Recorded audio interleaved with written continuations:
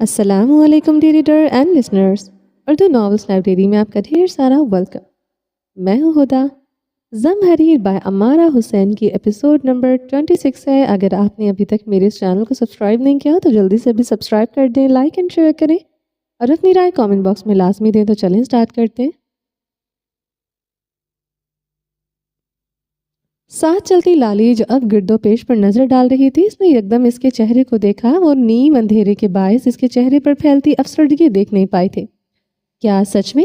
Lolly نے دونوں ہاتھ منہ پر رکھ لیے۔ یہ تو بہت برا ہوا ہے۔ یہ کب ہوا تھا؟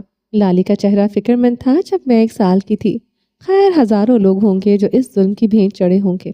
پھر چہرے پر تجسس کی لہر امڑ آئی۔ تم نے اب تک کتنا سیکھ لیا ہے جادو؟ آنکھوں میں دلچسپی تھی۔ لالی نے اس کا چہرہ دیکھا، پھر بے ساختہ ہنس پڑی۔ ہاں کچھ میں جاتی ہوں سیکھنے، لیکن میں تیزی سے نہیں سیکھ پا رہی۔ اب تک میں نے کچھ ہی سحر استعمال کرنے سیکھے ہیں۔ وہ دونوں اب ایک منزلہ گھر کے دروازے پر کھڑے تھے، جس کے باہر دیوار میں بنے طاق میں قندیل روشن تھی اور اس کے گرد کچھ اڑتے کیڑے پھر پھڑ پھڑا رہے تھے۔ لالی نے دروازے پر دستک دی۔ کچھ دیر میں دروازہ آواز پیدا کرتا کھل گیا۔ وہ دونوں اندر داخل ہوئے۔ اندر گھر میں چہل پہل تھی۔ جا بجا لڑکیاں اور عورتیں تھیں۔ تم دیر سے نہیں آ رہی لالی؟ کیا پھر سے کام کرتے کرتے سو گئی تھی؟ دروازہ کھولنے والی لڑکی نے پاس کھڑے گزرتے ہوئے دائیں جانب بنے کمرے نما حصے میں داخل ہوتے ہوئے کہا، جہاں 4 بستر رکھے تھے اس گھر میں دروازے نہیں تھے۔ بائیں جانب بھی ایسا ہی تھا، ایک کمرہ تھا سیدھا۔ اس میں اچھے خاصے فاصلے کے بعد بھاری لکڑی کے دروازے کے دونوں پٹ کھلے تھے، جس کے اس طرف ایک میز کے گرد 2 کرسیاں نظر آتی تھی، جن میں سے ایک پر ایک لڑکی بیٹھی تھی۔ اس کے ہاتھ میں سفید رنگ کا کپڑا تھا، جس پر وہ سوئی اور رنگین دھاگے کی مدد سے کچھ کڑھائی کر رہی تھی۔ نہیں سوزین، باورچن نے روک لیا تھا، اس کے ساتھ کچھ مدد کروا رہی تھی۔ لالی نے تھکاوٹ بھرے لہجے میں وہیں سے آواز دی۔ کڑھائی کرنے والی لڑکی نے سر اٹھایا اور ہاتھ میں تھامے کپڑے کو میز پر رکھ کر پریسا کو دیکھتے دیکھتے ان کے قریب آئی۔ کیا یہ نئی ملازمہ ہے؟ اس کے ملازمہ کہنے پر پریسا کو حد تک آمیز جھٹکا لگا۔ نہیں، میں ملازمہ۔ پھر ایک دم وہ رکی۔ لالی بھی ان دونوں لڑکیوں کی طرح نہ سمجھی سے اسے دیکھنے لگی۔ اس نے ایک لمحہ کو گلا کھنگارا اور لب چبائے، پھر بدوقت مسکرائی۔ ہاں میں نئی ہوں یہاں۔ چلو، خوش آمدید، میرا نام مہری ہے۔ پھر اسے اوپر سے نیچے تک دیکھتے عجیب سا منہ بنایا اور پلٹ گئی۔ پریسا اس کے انداز پر حیران ہوئی۔ برا مت ماننا، یہ تھوڑی نک چڑی ہے، لالی نے خجل ہوتے کہا۔ سوزین، جس نے وہ دروازہ کھولا تھا، کمرے سے واپس آئی اور مسکرا کر اس کے ہاتھ ملایا۔ مہری کے ساتھ والی لڑکی بھی اسے خوش دلی سے ملی، پھر پلٹ کر اپنی جگہ واپس بیٹھ کر اسے دیکھنے لگی۔ مہری نے آہستگی سے اس کے کان میں کچھ کہا تھا۔ پریسا نے کچھ الجھ کر اسے دیکھا، پھر لالی کے پیچھے لالی کے ہمراہ اس کے کھلے دروازے کی جانب بڑھی، جہاں مہری بیٹھی تھی۔ لالی دائیں طرف مڑی اور وہاں بنے لکڑی کے زینوں پر چڑھنے لگی۔ وہ بھی اس کے پیچھے تھی۔ پشت پر اسے مسلسل مہری کی نگاہیں محسوس ہو رہی تھیں۔ اس نے ایک دفعہ پیچھے مڑ کر دیکھا اور اس کے عجیب نگاہوں پر بے چینی سی ہوئی تھی، پھر سر چھٹک کر گردن موڑتی۔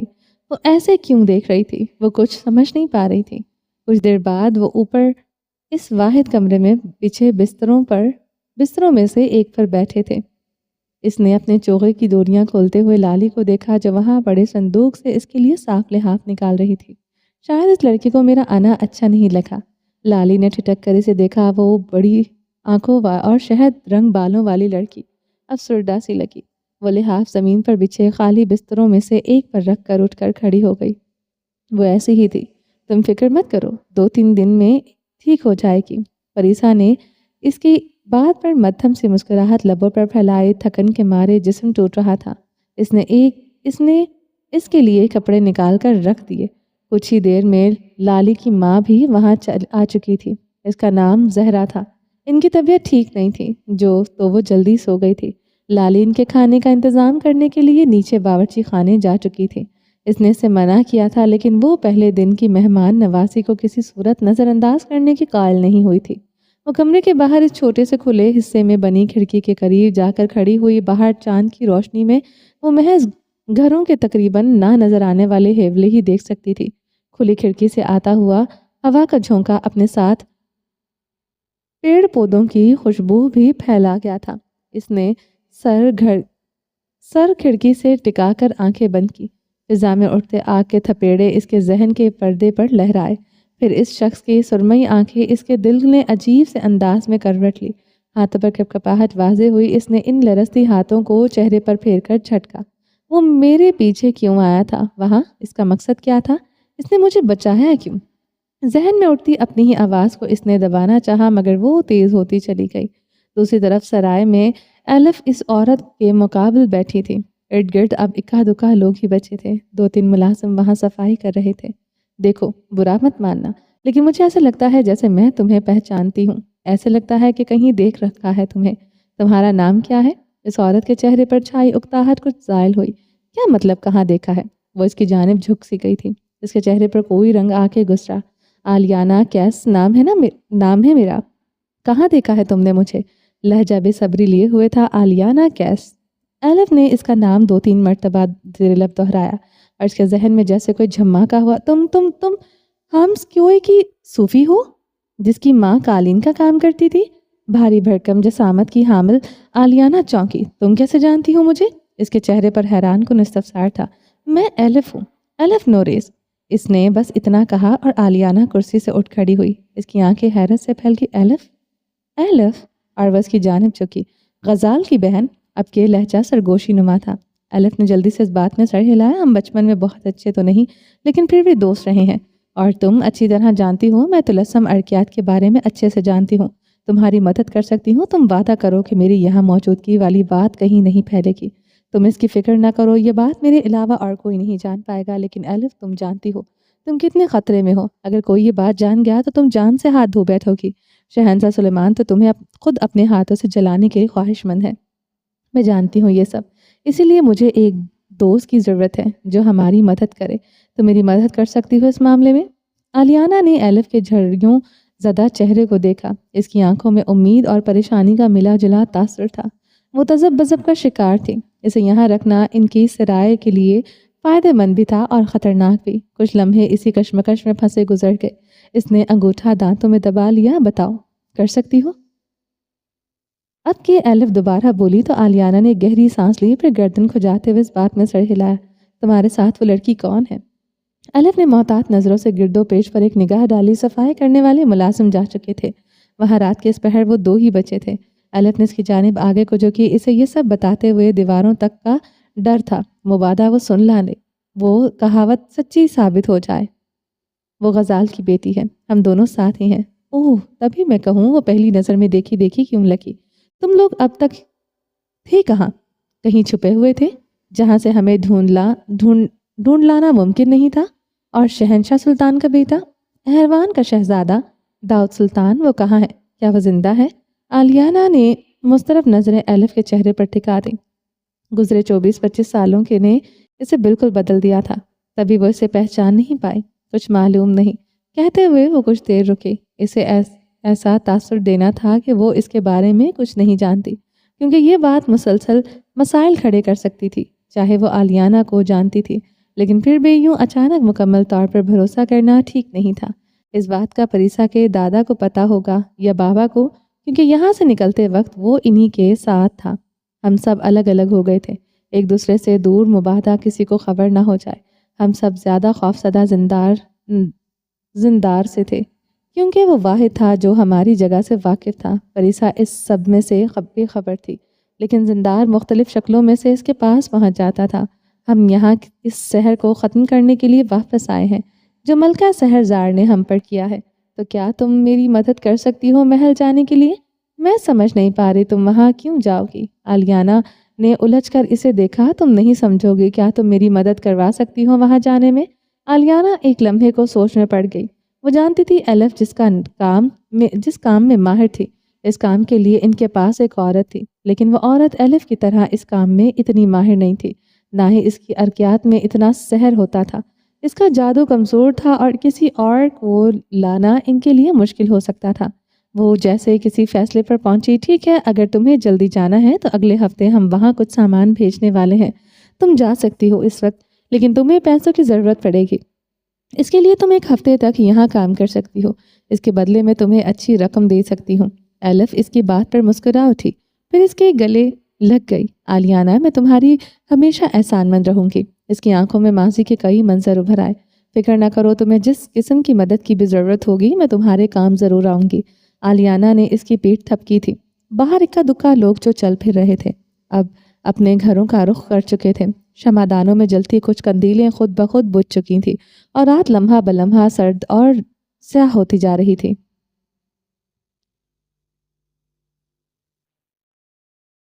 قصر اہروان کے اطراف پر ایک نظر دوڑاؤ تو مشرق کی طرف سبزہ زار سے الگ میدان میں پہرا تبدیل ہو رہا تھا۔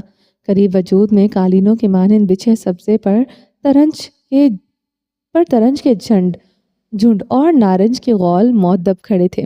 سراغ رساں دستے کا امیر مرمرین دلانوں کے پاس سے تیز تیز چلتا آ رہا تھا۔ اس کے ماتھے پر فکریہ شکن تھی۔ عمر تقریباً 40 سال، کنپٹیوں پر اکا دکا سفید بال دکھائی دیتے تھے۔ اس نے چلتے چلتے اپنے ہمراہ آگے بڑھتے بوڑھے تبریز کی بات سنی جو اسے محل میں ہونے والے المناک حادثے کی مخبری کر رہا تھا۔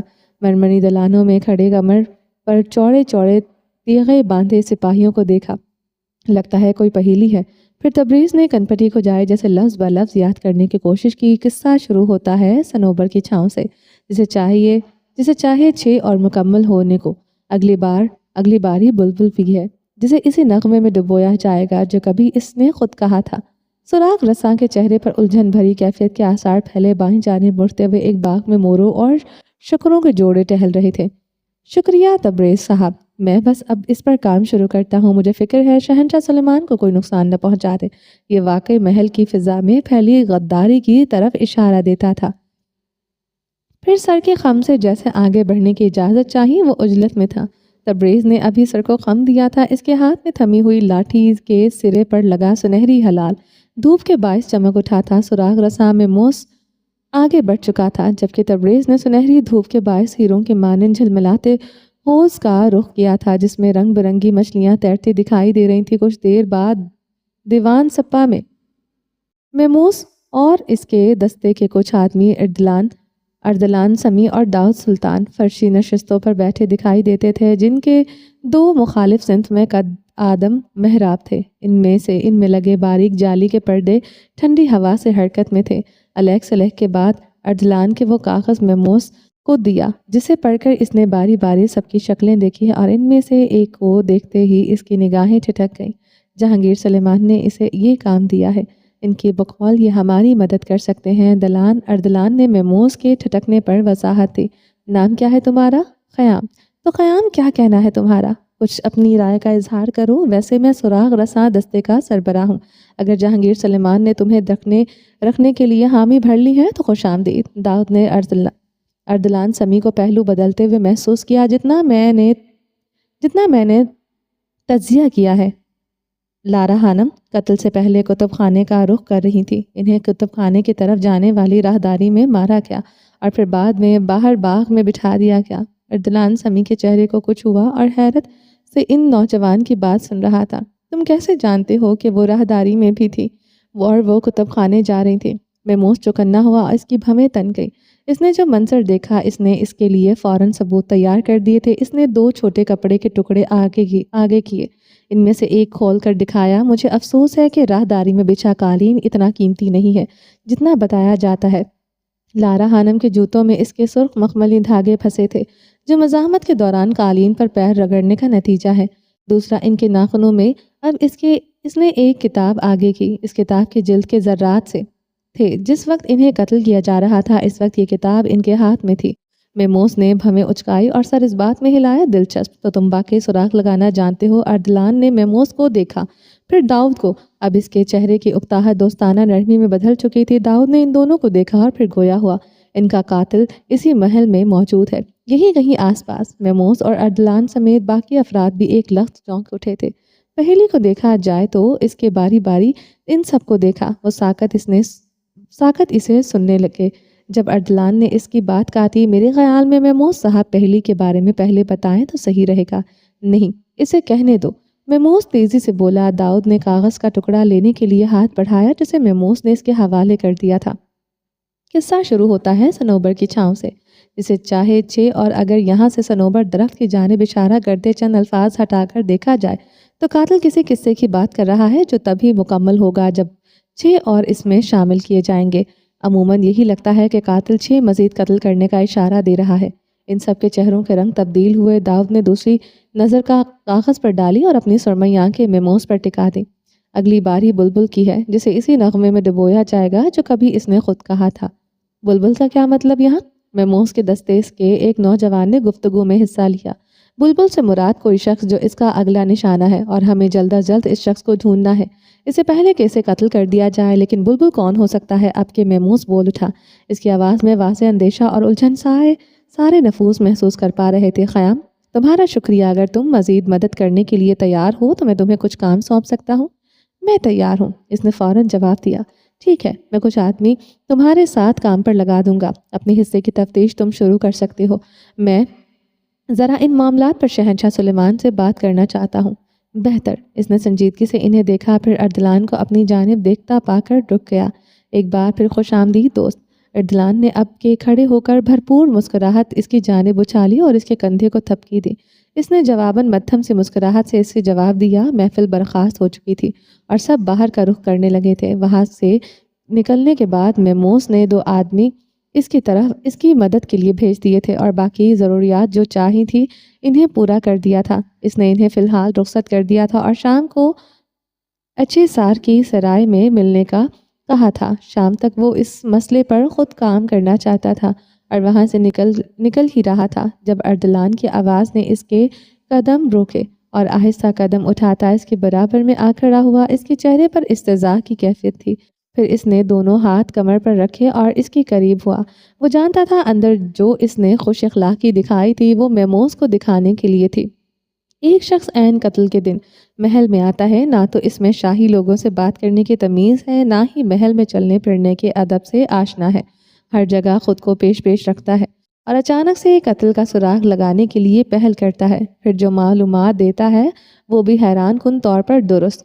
تو اسے کیا سمجھا جائے؟ میں سمجھا نہیں۔ اس نے تیوریاں چڑھائی۔ تم ایسے ظاہر کر رہے ہو جیسے میں کسی اور ہی دنیا کا باسی ہوں۔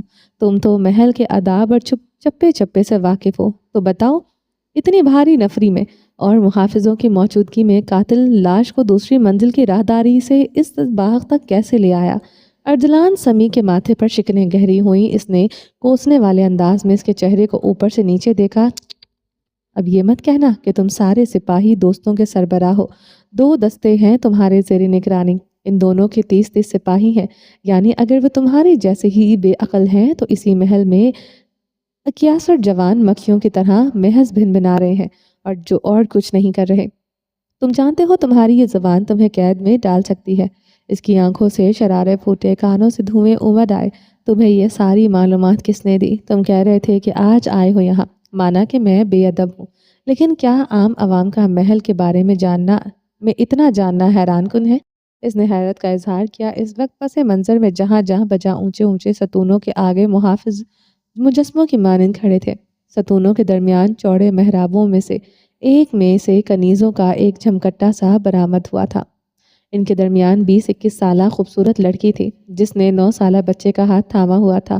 باغات کی سرسبزی، پانی کے اونچے نیچے ہوتے فواروں کی ٹھنڈی پھوار اور یک بستہ موسم کے پرفسو اثرات نے اس لڑکی کے چہرے پر دلکش مسکراہٹ سجا دی تھی۔ چند کنیزیں باغ کی طرف جانے والے راستے پر ایک چھوٹا سا رنگ و روغن کا صندوق لے جا رہی تھی۔ دوسری کے ہاتھوں میں شفاف موٹے قیمتی سفید کپڑے کا تھان تھا جس پر وہ تصویر بنانے والی تھی۔ لڑکی کے ریشمی لباس پر سونے کے تاروں کا باریک کام ہوا تھا، مہنگے موتیوں کو جا بجا جوڑا گیا تھا۔ اس بچے اور لڑکی کے نقوش ملتے جلتے تھے۔ وہ بال بالکل سیاہ تھے۔ تو تمہاری تصویر کہاں تک پہنچی؟ کیا میں آج دیکھ سکتا ہوں؟ اس بچے نے متجسس آنکھیں پٹپٹائیں۔ سیب جیسے سرخ گال کچھ مزید سرخی پھیلا گئے تھے۔ میں تمہیں کچھ نہیں دکھاؤں گی۔ تم نے وعدہ خلافی کی ہے۔ چچا جان کو بتایا کہ میں ان کی سالگرہ پر انہیں کیا دینے والی ہوں؟ تم جانتے بھی ہو کتنی خواہش تھی میری کہ جب ان کی تصویر ان کے سامنے کھلے گی تو کتنا خوش ہوں گے۔ اب انہیں ویسی حیرانی نہیں ہوگی جیسے میں دیکھنا چاہتی ہوں۔ اس نے نروٹھے پن سے کہا اور اپنا ہاتھ چھڑا لیا۔ اس کے سیدھے ریشمی بال ہوا سے لہرا گئے۔ بچے کے چہرے پر مایوسی سی پھیل گئی، لیکن اس دفعہ پکا نہیں بتاؤں گی۔ ہاتھ میں تھامے تیر کمان کو بات کرتے کرتے ہوا میں لہرایا، میں نے کہا نا نہیں بتا سکتی۔ تو پھر یہ بتا دو میں انہیں تحفے میں کیا دوں؟ میں نے بہت سوچا، مجھے سمجھ نہیں آ رہا۔ منہ بسوڑتے ہوئے اس نے اپنی ناراض بہن کو دیکھا جس کے بیٹھنے کا انتظام کیا جا رہا تھا۔ وہ جانتا تھا کہ وہ اس رخ پر بیٹھنے والی ہے، جس کے عقب سے اس کا گزرنا ہوتا تھا تاکہ کوئی نہ دیکھ سکے کہ وہ کیا بنا رہی ہے۔ اس کی پہلی تصویر مکمل ہو چکی تھی جو شہنشاہ سلیمان کی تھی، جس کا بھانڈا وہ خود پھوڑ چکا تھا، اب وہ دوسری بنا رہی تھی۔ اس لیے چچا جان کا تصویر دیکھنے پر پہلا حیران کن متاثر کن تاثر اہم تھا۔ اس نے اس کے آگے پیچھے پھرتی کنیزوں کو دیکھا، پھر ہو کہہ کر ناک چڑھائی۔ کمان میں تیر کو نصب کیا۔ تیر کا رخ اس نے باغ میں لگے جا بجا ان چھوٹے لکڑی کے مجسموں میں سے ایک کی جانب کیا جو اسی کے لیے لگائے گئے تھے۔ شاہی خاندان کا اگلا وارث وہی تھا اور اس کی اہمیت سے پورا محل واقف تھا۔ ایک وارث کھو چکا تھا، دوسرا وہ کھونا نہیں چاہتے تھے، تبھی اس سے فاصلے پر مسلسل محافظ ہوتے تھے۔ ایک غلام اس کے عقب میں ترکش سے چھوٹے چھوٹے تیر نکال کر ترتیب سے پاس بنے پتھر کی روغن شدہ میز پر رکھ رہا تھا۔ میں خود ہی دیکھ لوں گا تحفہ، تمہاری مدد کی مجھے قطعی ضرورت نہیں، چباتے چباتے اس نے کہا اور ایک آنکھ میچی قطار در قطار لگے مجسموں میں ایک پر نشانہ تاکا، پھر ایک سانس لی۔ اس سے پہلے کہ وہ تیر کو اپنی انگلیوں کی گرفت سے آزاد کراتا، اس کی آنکھ نے اردلان سمی کے مقابل کھڑے اس دراز قد نوجوان کو دیکھا۔ اردلان سمی مخالف سمت پلٹ چکا تھا، لیکن وہ شخص اب ان کی جانب پلٹ رہا تھا۔ اس کے سنجیدہ چہرے پر پلٹتے ہی مسکراہٹ پھیلی تھی۔ اس نے کان کی لو کھجائی۔ 9 سالہ شیر کو کی میچی ہوئی آنکھ اس کی شکل دیکھ کر پوری طرح کھل گئی تھی۔ وہ جو گھنٹوں گھنٹوں محل کے اس کمرے میں گزار دیتا تھا جہاں شاہی خاندان کے ہزاروں تصاویر تھی، اس نے اس شخص کو ان میں سے ایک سے حیرت انگیز طور پر قریب پایا تھا۔ اس کی چال اور یوں کان کی لو کھجانے پر پھر دھوپ میں سے اس کی چمکتی سرمئی آنکھوں نے کسی اور شبیہ کا عکس اسے دکھایا تھا۔ اس کے ننھے دل کی دھڑکن تیز ہوئی تھی۔ کچھ لمحے یوں ہی گزرے، پھر اس نے تیر اور کمان وہیں پھینک کر باغ سے باہر جانے والے راستے کی طرف دوڑ لگائی۔ غلام ہڑبڑا کر اس کے پیچھے بھاگا۔ داؤد کا رخ صالح مراد کی مطب کی طرف تھا۔ اس نے عقب میں دوڑتے قدموں کی آواز محسوس کی، پھولتی سانسوں کی اتھل پتھل۔ رکو، کسی بچے کی صدا گونجی، وہیں رکو۔ اس دفعہ پہلے سے اونچی آواز میں اس کی جانب رخ موڑ دیا۔ اس سے چند قدم کے فاصلے پر ایک بچہ کھڑا تھا۔ اس کا چہرہ دوڑنے کے باعث سرخ تھا، چہرے پر الجھن اتل پتل ہوتی سانسوں کے درمیان اس نے ایک بار پھر کہا تھا، رکو۔ اب اس کے محض لب ہلے تھے۔ اس نے سامنے کھڑے اس دراز قد نوجوان کو دیکھا۔ کانوں میں کئی دفعہ کی سنائی جانے والی کہانی گونجی۔ شیر کو، وہ بہت چھوٹا سا تھا جب اسے اغوا کیا گیا تھا۔ ہم اب بھی اسے ڈھونڈ رہے ہیں، لیکن چچا جان، کیا پتہ اسے دشمنوں نے مار دیا ہو تبھی وہ نہیں مل رہا۔ نہیں شیر کو، میں جانتا ہوں وہ زندہ ہے، میرا دل کہتا ہے وہ زندہ ہے۔ چلے مان لیا کہ وہ مل جاتا ہے، آپ اسے پہچانیں گے کیسے؟ یہ بھی تو ہو سکتا ہے کوئی نقلی شہزادے کو پیش کر دے۔ اس کے معصوم چہرے پر دنیا جہان کی فکر مندی دیکھ کر شہنشاہ سلیمان بے ساختہ ہنس پڑے۔ میں تمہیں بتا سکتا ہوں، لیکن تم راز رکھنا نہیں جانتے، تم یہ بات پھیلا دو گے تو مشکل ہو جائے گی۔ انہوں نے اس سے بھی زیادہ فکر مند نظر آنے کی کوشش کی۔ نہیں، میں یہ راز رکھ سکتا ہوں، میں وعدہ کرتا ہوں۔ اس نے ان کے ہاتھ پر ہاتھ رکھا۔ شہنشاہ سلیمان اس کے کان کے قریب جھکے اور سرگوشیانہ انداز میں کچھ کہنے لگے۔ اس کے ذہن پر چھایا وہ منظر تحلیل ہوا اور قدم قدم چلتا اس کے قریب آیا۔ داؤد نے الجھن سے سرخ و سفید رنگت کے حامل بچے کو دیکھا۔ اس کا لباس یہ بتانے کو کافی تھا کہ وہ شاہی خاندان سے تعلق رکھتا ہے۔ آس پاس کچھ محافظ کھڑے انہیں ہی دیکھ رہے تھے۔ وہ مزید الجھن میں پڑ گیا، کیا اس بچے کے ساتھ بھی کچھ خاص الفاظ بول کر ادب سے پیش آنا تھا؟ آپ کا نام کیا ہے؟ اس نے اس کے چہرے کو دیکھتے ہوئے سوال کیا تھا۔ پیچھے اس کا خاص غلام کچھ فاصلے پر آ کھڑا ہوا تھا۔ خیام کہہ کر وہ اس کے قریب زمین پر پنجوں کے بل بیٹھا۔ 9 سالہ شیر کو نے اس کے چوڑے شانوں اور مضبوط جسم کو دیکھا۔ اس کے آستین کوہنیوں تک مڑے ہوئے تھے، بازو مضبوط تھے، بال بے حد سیاہ اور ریشمی جو ماتھے پر بکھرے ہوئے تھے۔ وہ اس کے کچھ اور قریب ہوا اور اس کے سرمئی آنکھوں میں جھانکا۔ اس بچے کے چہرے پر چھائی سرخی لمحے بھر میں سفیدی میں تبدیل ہوئی۔ وہ آنکھیں ویسی ہی تھی، سرمئی گہری۔ وہ نہیں مان سکتا تھا کہ اس کا دماغ کچھ غلط کہہ رہا ہے۔ اس کے شک کو یقین میں بدلنے کے لیے محض ایک ثبوت چاہیے تھا۔ اگلے ہی لمحے اس نے اس کا کالر پکڑا اور پھر نیچے کھینچ ڈالا۔ داؤد سلطان اس بچے کی حرکت پر بھنچکا کر رہ گیا تھا، لیکن وہ بچہ ساکت نظروں سے اس کی گردن سے نیچے لگے اس گہرے نشان کو گھور رہا تھا۔ اس نے تیزی سے اپنا کالر درست کیا، چہرے پر عجیب ناگواری سی کیفیت طاری ہوئی۔ یہ کیا کر رہے ہو تم؟ اس کی آواز میں سختی تھی۔ کیا تم میرے ساتھ کھیلو گی؟ اس کے چہرے پر پھیلے تاثرات نے لمحے بھر میں پلٹا کھایا۔ اب وہ پہلے والا شیر کو تھا، شریر اور ضدی۔ وہ اٹھ کھڑا ہوا، اس نے ایک نظر اس عجیب سے بچے پر ڈالی۔ ایک لمحے کو اسے اس کی ذہنی حالت پر شبہ ہوا، پھر دوسری نظر اس غلام پر ڈالی جو ننھے شہزادے کے اس انداز پر حیرت زدہ تھا۔ نہیں، میں نہیں کھیل سکتا، معذرت چاہتا ہوں، اس نے لیے دیے لہجے میں جواب دیا تھا۔ پھر اچانک اپنے خشک لہجے کا احساس ہوا، یعنی پھر کبھی مسکرانے کی ناکام کوشش کرتے وہ پلٹا۔ اضطراب میں کان کی لو کھجائی اور جب وہ دوبارہ اس بچے کو دیکھا، اس کے چہرے پر وہی چونکا دینے والی کیفیت تھی۔ کیا تمہارے کان پر کسی کیڑے نے کاٹا ہے؟ اس نے ناسمجھی سے اسے دیکھا۔ نہیں تو پھر تم بار بار اسے کھجا کیوں رہے ہو؟ میرے چچا جان کو بھی ایسی ہی ایک بیماری ہے، وہ بار بار کان کی لو کھجاتے ہیں۔